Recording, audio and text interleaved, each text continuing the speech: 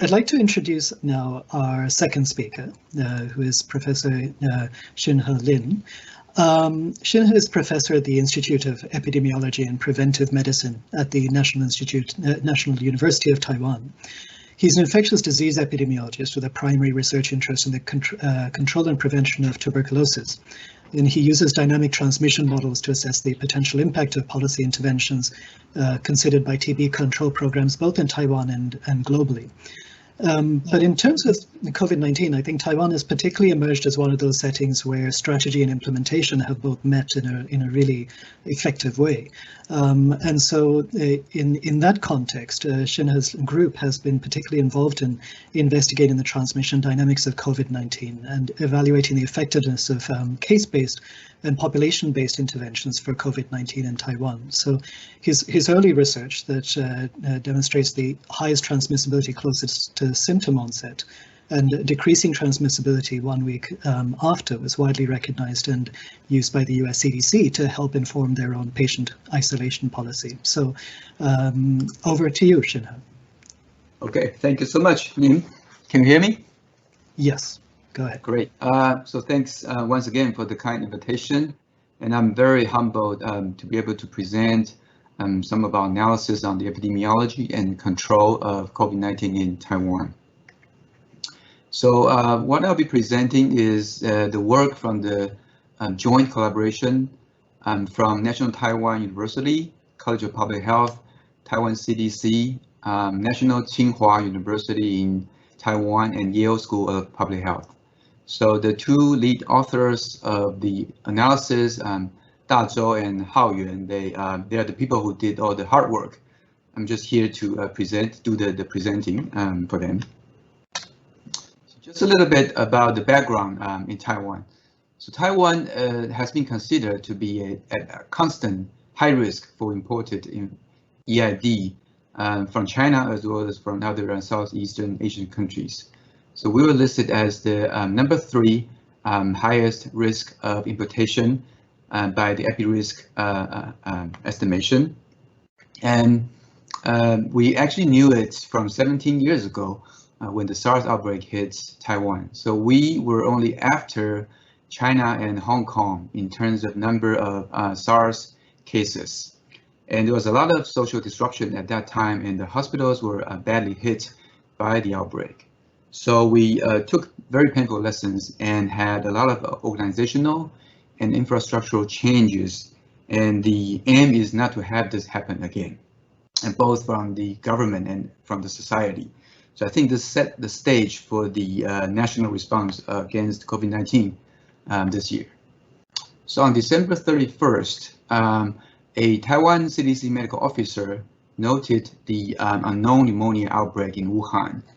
And on the same day, the Taiwan CDC started the onboard inspection of all direct flights arriving from Wuhan. And on January 20th, the government set up the high-level Central Epidemic Command Center. And on the next day, January 21st, we had the first case of COVID in Taiwan. And the major responses in Taiwan to COVID-19, in addition to the CECC, included the interventions to reduce the impact of imported cases, including the border control, home quarantine of returning residents, and as well as the interventions against local transmission. This includes what I call case-based interventions and population-based interventions, which I will talk a lot in the following talks. So just to give you a sense of what was being done in Taiwan in terms of for example, the face mask crisis. So Taiwanese love to use face mask a lot. So, and it happened in the SARS epidemic that everybody was rushing to buy the face mask. So in the very early on of the epidemic, the government was expecting a high demand for face mask. So to protect the healthcare professionals from, being lack of face mask, the government started this name-based system to secure the face mask. And this was done by the National Health Insurance card. So usually in the regular time, we use this National Health Insurance card to seek for medical care. But during this epidemic, we use this card to buy face mask. And also there is the National Health Insurance Bureau they released open data for face mask storage across all pharmacies in the country. So there was a lot of apps making use of this kind of open data, updated every couple minutes to get a sense of where the storage of the face mask look like in all pharmacies. So people can easily buy face masks for themselves. And in terms of, as a result, in terms of the total cases and deaths by September 7th, Taiwan was among the lowest incidence and mortality rates across the country. And this was done actually in the absence of any strict lockdown or any school closure. And so this is the epidemic curve of the COVID-19 in Taiwan. So we had a surge of cases, mostly from imported source from US or European countries. But you can look at the number of local imported cases shown in orange, which has been kept quite low throughout the epidemic. And the real-time reproduction number, estimated as the case reproduction number, has been maintained well below 1 nearly throughout the epidemic. And the PCR testing was only done in targeted high-risk populations, but the overall test positive rate was kept at a low level at less than 1%. So it seems that we've done quite well initially, at least in a couple months, but the reasons behind the apparent initial success was actually not very clear, at least to me and to many people. In an early perspective written by Jason Wong from Stanford, entitled Big Data Analytics, New Technology and Proactive Testing, they listed at least 124 action items that was implemented over the 5 weeks period initially. But it was actually not clear among these 125 actions what worked and what didn't work so well. So we set out to evaluate the interventions, especially the case-based and versus the population-based interventions, to see, evaluate and compare the relative impact and the contribution of these interventions to the control of COVID. But before that, we sought to use the detailed epidemiologic data from contact tracing in Taiwan just to try to understand the transmission dynamics of the COVID-19. That was early on in February when we have very, very limited understanding about the transmission dynamics. This work was impossible without the efforts from all the team members of the outbreak investigation team in Taiwan. There are just so many people out there. They work around the clock, just to name a few of them. And a big thank to all these team members. So we analyzed the first 100 cases of confirmed COVID-19 cases and their close contacts, up to 2,700 close contacts. And among these contacts, 22 developed COVID-19, and the secondary clinical attack rate among these people was less than 1%. So making use of this kind of data, we can easily see what kind of exposure setting was associated with the high risk of transmission.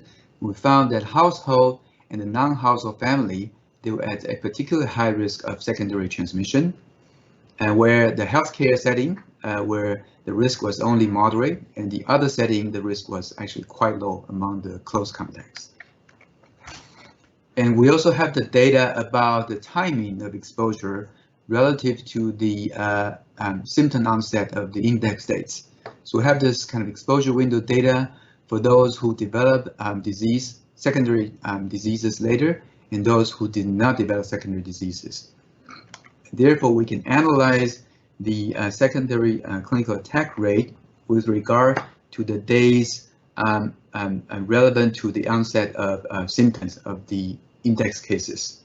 So we can see that those who had their initial exposure either before the symptom onset date or at around the onset of the symptoms of the index cases actually have the highest risk of transmission compared to those who had exposure, had the contact about a week after the onset of symptoms.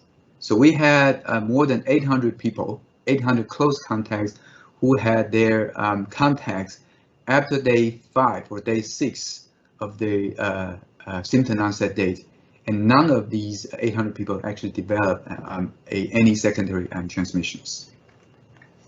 So in summary, we found a very different transmission dynamics compared to SARS, where most of the transmission actually occurred after the day 5 or even day 7 of the symptom onset, very overt fever or things like that. And so the analysis of the transmission dynamics suggests that the symptom-based interventions that was frequently used in the SARS epidemic, such as fever screening or isolation, they were probably unlikely going to work very well for the COVID-19. And we need more generalized measures, such as social distancing or other measures. So next, we set out to understand really what's the impact or the relative impact of case-based as well as population-based interventions in Taiwan. So by case-based interventions, what I mean is what we're doing in Taiwan, including the passive case detection and isolation, and the contact tracing to identify the close contacts, followed by the testing, PCR testing among the symptomatic people.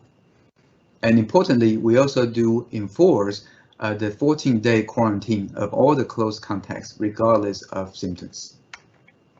In terms of population-based interventions, we applied widespread use of face masks, physical distancing, and hand washing.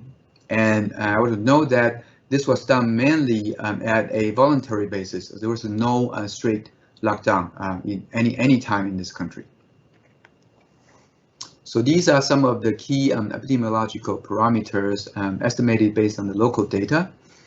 So you can see that the incubation period, the time from the contact to the onset of symptom, and the serial interval were the mean of the two intervals were actually similar, suggesting that there was actually a lot of pre-symptomatic transmission. Also, the interval between the onset of symptom to the isolation of the cases was approximately 5 days as well, and again similar to the serial interval. And this suggests that by the time of isolation, many of the secondary transmission probably would have occurred already, indicating a real challenge to even the contact tracing algorithm. So we used a stochastic branching process model to estimate the effect of case-based intervention. So this modeling is adapted from a previous work done by Halliwell et al. Early this year. And essentially this kind of stochastic model detailed the process between the time of infection and the onset of symptoms and the time of diagnosis and isolation. And importantly, we added the component of quarantine because we use quarantine a lot among all the close contacts. So in our analysis, we set to estimate 4 different reproduction numbers. So the basic reproduction number, the R0, represents the counterfactual reproduction number in the absence of any interventions. And then we try to estimate 3 different alternative reproduction numbers. The reproduction number under case-based interventions only, the reproduction number RP under the population-based intervention only, and the RPC, the reproduction number under both the case-based and population-based interventions. So the basic reproduction number R0 is a hypothetical one because in Taiwan, we actually threw whatever we had to the epidemic at the very beginning of the outbreak. So there is no direct way to estimate the R0 in the absence of any intervention.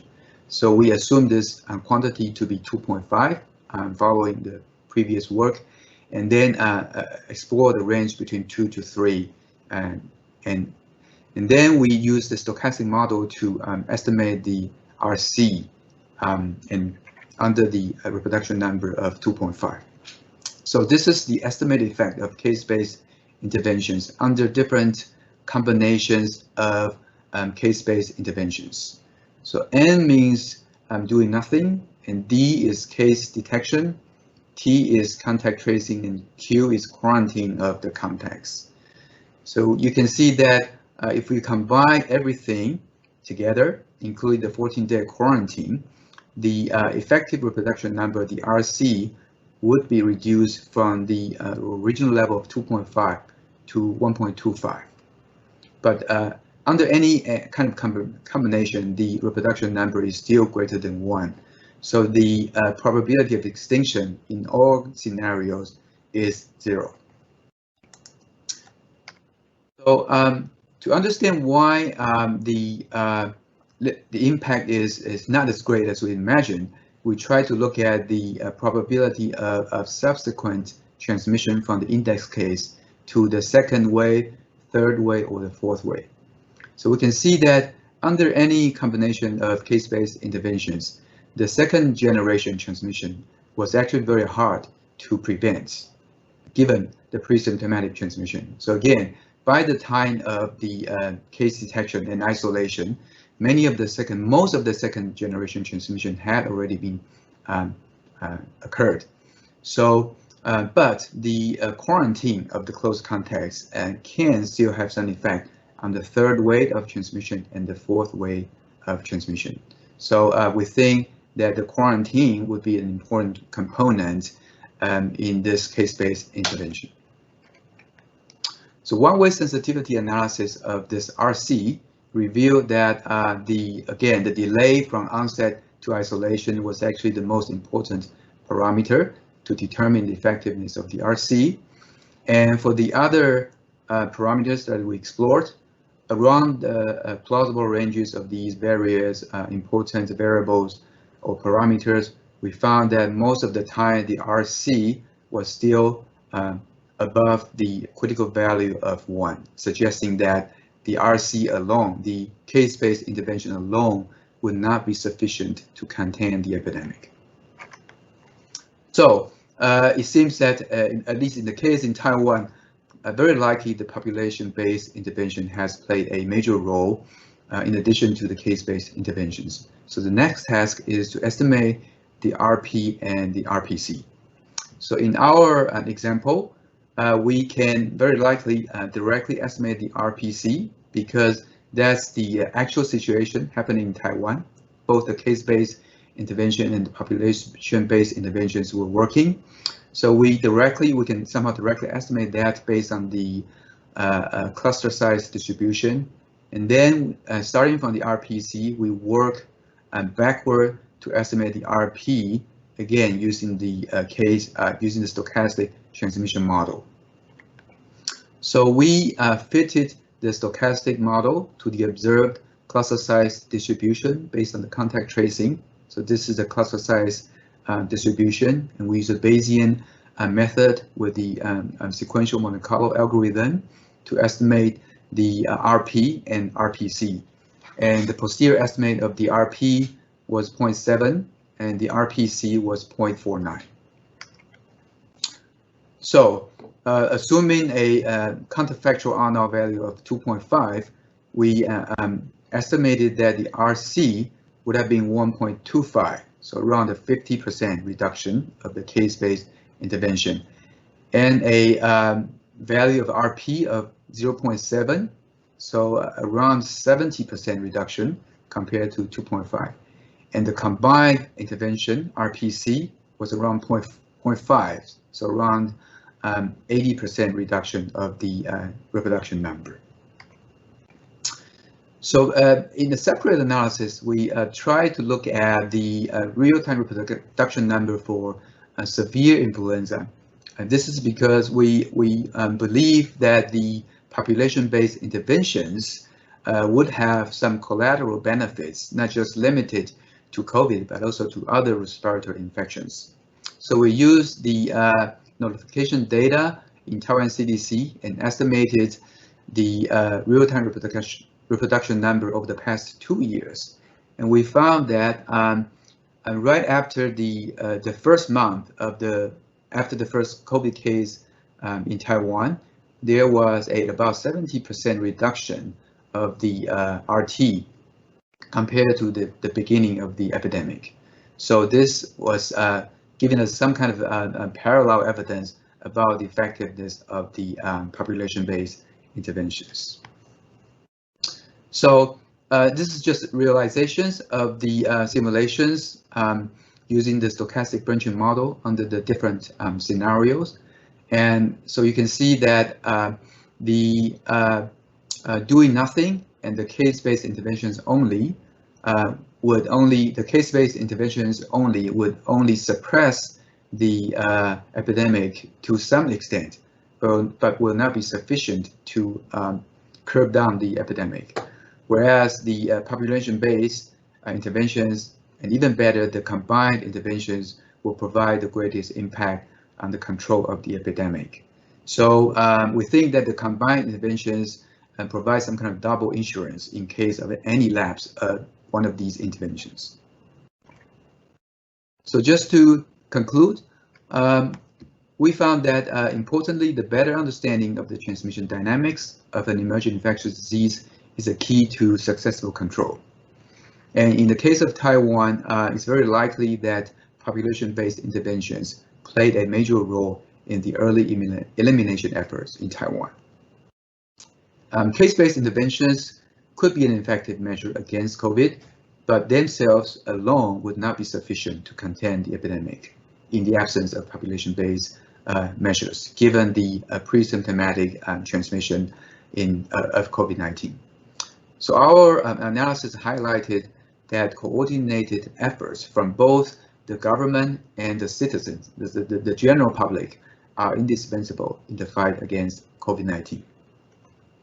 So lastly, as was indicated by Dr. Corey in the previous talk, things may change over time. So importantly, although the behavioral pattern seems to be favorable in the earlier months in Taiwan, these kind of behaviors may change quickly over a short period of time.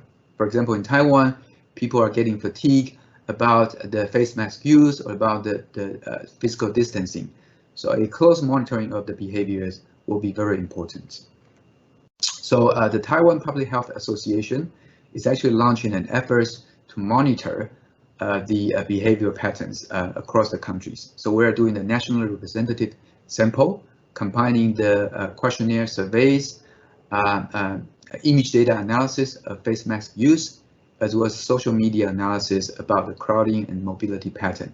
And the idea is to combine not just the disease surveillance, but also the behavior surveillance to have a better understanding of the, to better understand and predict the transmission of COVID-19 in preparation for the next potential wave of COVID-19. So I'm going to stop here, and I will welcome any questions in the following session. Thank you. Fantastic. Thanks so much, Hsien-Ho. It is really great to see that analysis, and especially the analysis about the transmission of flu and how that has been also affected by the restrictions. And also it's a very nice sobering reminder of the need to address also the limitations of addressing only clinical illness. So you mentioned about the population-based interventions, and presumably they're a package of interventions that include social distance, physical distancing, hand washing, and so on. And I wondered if you had some sense, if you'd be able to venture which of these might be most important in that reduction in R naught. Well, great question.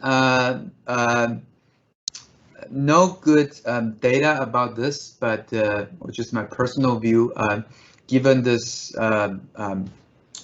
pre-symptomatic transmission and this kind of droplet transmission, and my personal view is that face mask use probably is the most important factor among these various aspects. But for the Taiwan situation, because we threw everything at the epidemic from the beginning, it would be actually difficult to tease out which actually play a more important role. Yeah, absolutely. Thank you. So one more question, and this is a fairly big picture question, which is, what do you think is the possibility of a risk of a second wave in Taiwan, or do you think the worst is behind you? Yeah, it's a big question. I think the possibility really depends on the stringency of border control, because given this kind of highly vigilant government and society, we are actually relatively very conservative in terms of relaxing the border.